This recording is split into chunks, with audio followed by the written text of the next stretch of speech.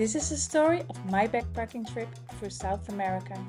I start in Ecuador, where I will learn Spanish and see other parts of the country. I continue traveling through the Colombian landscapes, from the desert to a 4-day hike in the jungle to the lost city. From there, I fly to Bolivia and meet my friend Aranca.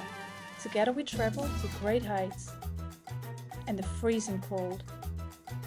In Argentina, I only visit the northern part and check out the area of Salta and Buenos Aires. I cross the border to Brazil to see the Iguazu Falls and end the trip in Rio de Janeiro.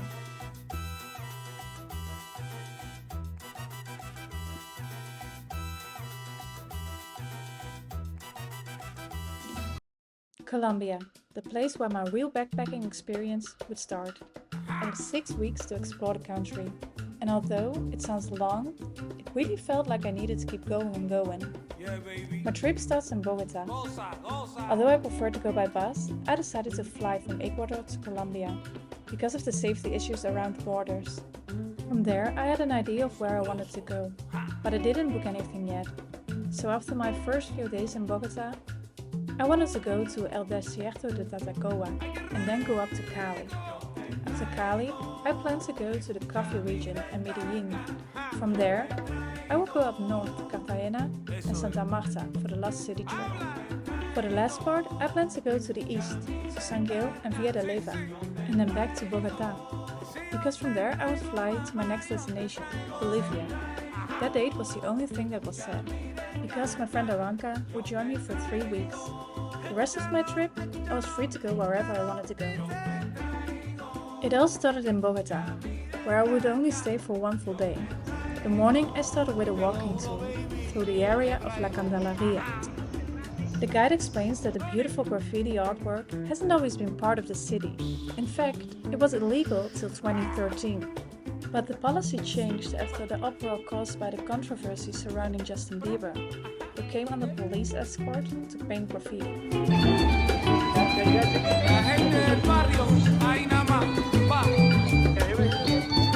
After the tour, I got up to Monserrate. The plan was first to walk to the top, but because it was a Sunday, the guide told us it would be too crowded and recommended us to go after lunch and take the teleférico.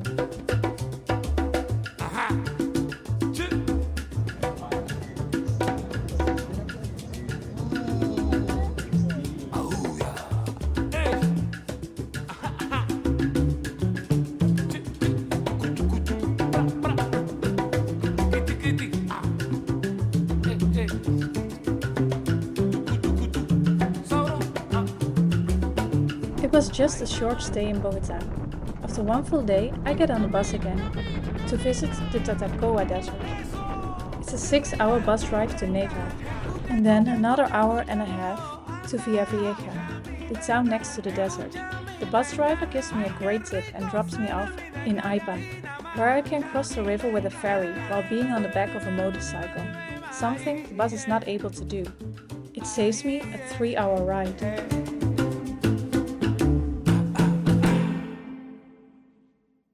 I booked a tent at Dunas Tatacoa in the town Villavieja, which I can definitely recommend. It is a great and colorful place. The people are very friendly and helpful. It has a swimming pool to cool off after a hot day in the desert, a restaurant, and is also in walking distance to the center, while also being very close to the desert. I also booked a tour with them, so the next morning we are heading into the desert in a pickup truck, together with 5 other people. The tour is fully in Spanish, but I managed to follow most of what the guide tells me. The others also don't speak English, so it was a very good day to practice my Spanish.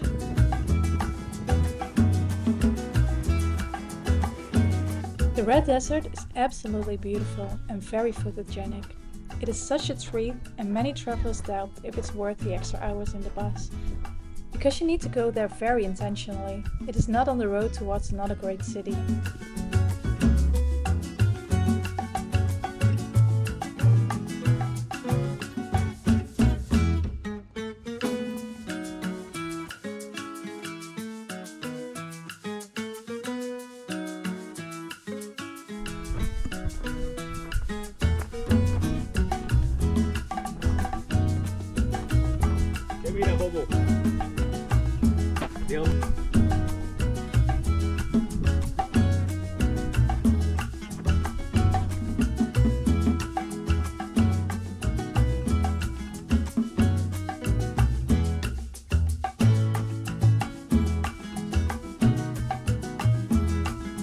guide helps us and directs us to make great photos in this beautiful landscape.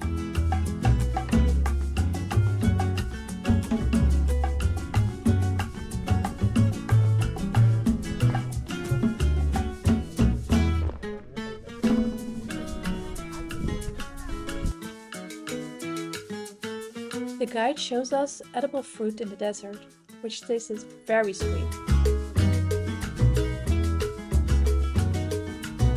During lunch we are joined by a parrot, and then we head off to the grey part of the desert.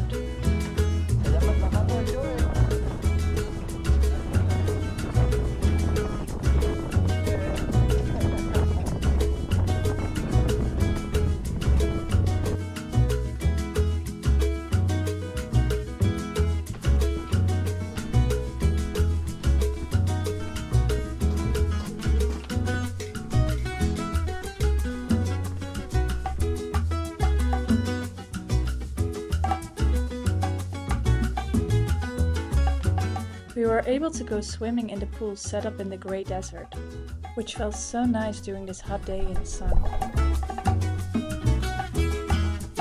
After the trip, I came back to town, had a nice iced coffee and waffle, and returned for the evening to the observatorium.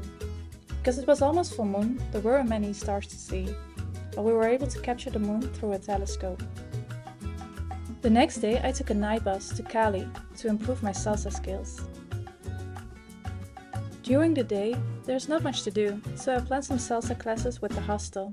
My first teacher is Alex, and then I get Kevin, whom you see here.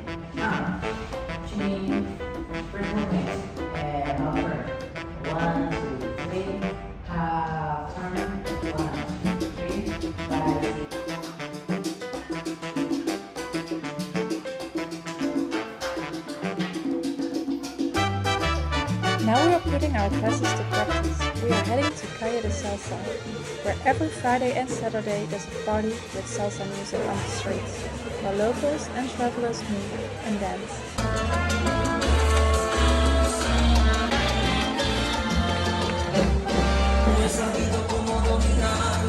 After this party, we drive around in a party bus for a while.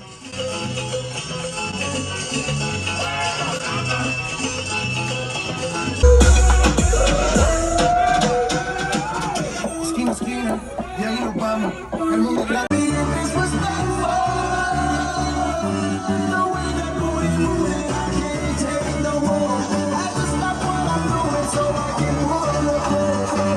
And end the party at a club.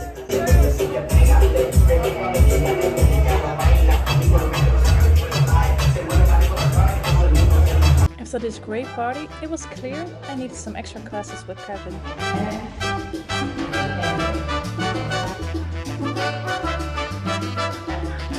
After dance classes, we go out again. This time it's a pub crawl. We start at the streets and then go to a bar for more salsa music.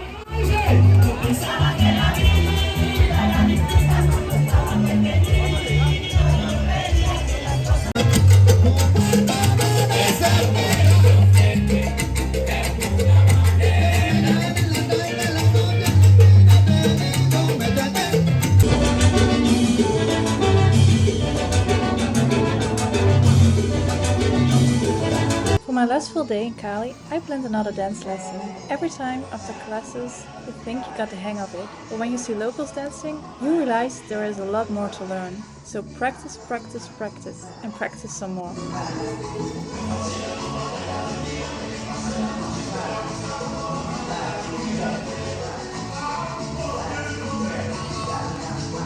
In the evening, some people of the hostel wanted to go to a salsa show, so I followed the rest of them there. Because it was a last-minute decision, we only could get tickets for the upper floor and watch the others dance. It ended up being a great show, and at the end, they tried to get everyone dancing and in the party mood.